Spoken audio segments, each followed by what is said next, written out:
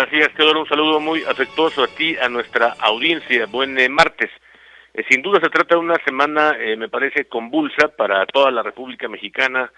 por lo que toca justamente a la respuesta que ha tenido el obostradorismo con su propia iniciativa del 5 de febrero de este mismo año, una vez que hasta donde la narrativa le ha alcanzado es producto de la elección presidencial, pero también de la elección legislativa. Y en ese mismo tono me parece que la declaración de validez y de presidente electa por la Sala Superior del Tribunal Electoral del Poder Judicial de la Federación, a favor justamente de la primera mujer en ocupar la silla del Águila, no se generó por una política pública, sino por la designación de la próxima presidente Claudia Sheinbaum por el actual mandatario. Dos ejemplos más. La titular de la Sala Superior del Tribunal Electoral está allí por un acuerdo político que desplazó al magistrado que ocupaba esa silla. La presidenta del INE llegó a su cargo por un sorteo, como recordamos. Al mismo tiempo, hay un aumento también en los feminicidios en el país y se requiere, por tanto, me parece, en ese rubro, diseñar una política pública con énfasis, por ejemplo, en la igualdad de oportunidades, dado que hasta ahora las mujeres de la élite política, por lo menos esos ejemplos en cuestión, han accedido a sus cargos por esfuerzo propio y por coyunturas.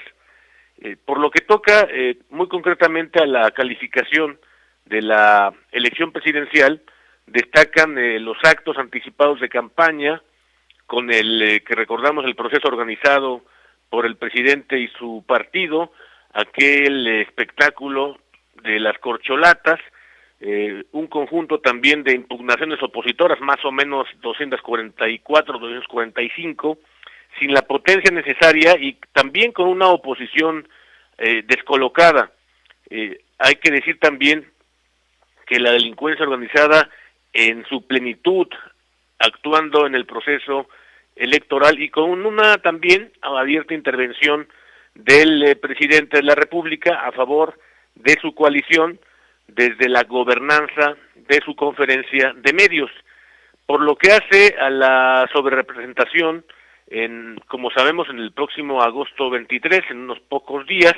el INE asignará la distribución del poder político en las cámaras de diputados y senadores, por lo que toca a cómo quedarán, después de conocer la sumatoria de los 300 distritos, cómo hará por lo que toca a los otros 200, porque hay que recordar que nosotros en México tenemos un sistema, se llama en la Constitución, sistema mixto, con dominante mayoritario, o sea que tenemos más diputados por mayoría y menos de representación proporcional. Es una fórmula, desde luego, que ahora tenemos que decirlo, será una votación que se prevé, por lo menos esa es la expectativa, de una votación dividida en un debate en que se decidirá si asignan, por ejemplo, la sobrerepresentación o por partido o por coalición. Las dos elecciones previas, la del 2018 y 2021, el criterio dominante fue justo por partido desde el punto de vista de la numeralia y también de la narrativa esa que tanto le ha causado buenos dividendos al presidente de la República. Por tanto, la interpretación en este tema será crucial ante los golpes espectaculares de la Secretaría de Gobernación, que desde el mismo día, junio 3, interviene en esta discusión de modo arbitrario e ilegal. Todo lo anterior me parece que arrojaría, si prospera la pretensión de Morena, la construcción otra vez de un régimen de partido de Estado, donde esa película en el siglo XX la vivimos, en donde una única fuerza político-electoral decida todo, sin consultar a nadie, en torno al futuro de la democracia. Y por lo que toca a este muy potente paro por la República Mexicana de jueces, magistrados del próximo 21, en unas pocas horas, y también el que ya comenzó de los trabajadores, del 19 de este mismo mes, en torno a la reforma judicial planteada, me parece por el oficialismo, los magistrados electorales de la Sala Superior, por ejemplo, permanecerían en sus cargos hasta el año 2027, y sin embargo, al momento de la publicación de la reforma constitucional de la rama judicial, si prospera, claro, sus salarios se reducirían hasta en un 60 o 65%. Los jueces y magistrados federales cesarían en sus cargos a más tardar en 2 años, lo mismo que los miembros de los poderes judiciales de las entidades federativas, y la planta laboral del Poder Judicial de la Federación tendría a salvo sus derechos laborales adquiridos. Si bien eso es lo que ha apuntado una parte de esa narrativa en el oficialismo, aunque el destino del paro nacional previsto y que ya está en marcha un pedazo de esa manifestación, todavía están por verse sus consecuencias en los asuntos en curso en la rama judicial. Imaginemos, por ejemplo, el horizonte mexicano de los próximos años con jueces designados por sorteo en perjuicio de la seguridad, por ejemplo, jurídica para inversiones, que arrojaría impactos notables, muy negativos. En el escenario del oficialismo, en junio de 2025, cesan también las funciones de la mitad de jueces y magistrados y a más tardar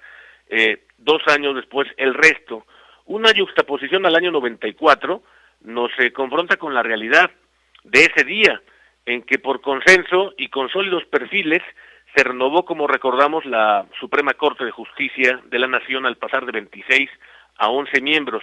La coyuntura del sorteo también derivó en que, por ejemplo, los consejeros electorales del INE, más recientes, obtuviesen su cargo con perfiles vulnerables, y las consecuencias están aquí con nosotros, con un desacuerdo fundamental que impidió al Consejo General del INE, por ejemplo, el consenso para designar sus propios servidores públicos en su órgano superior de dirección.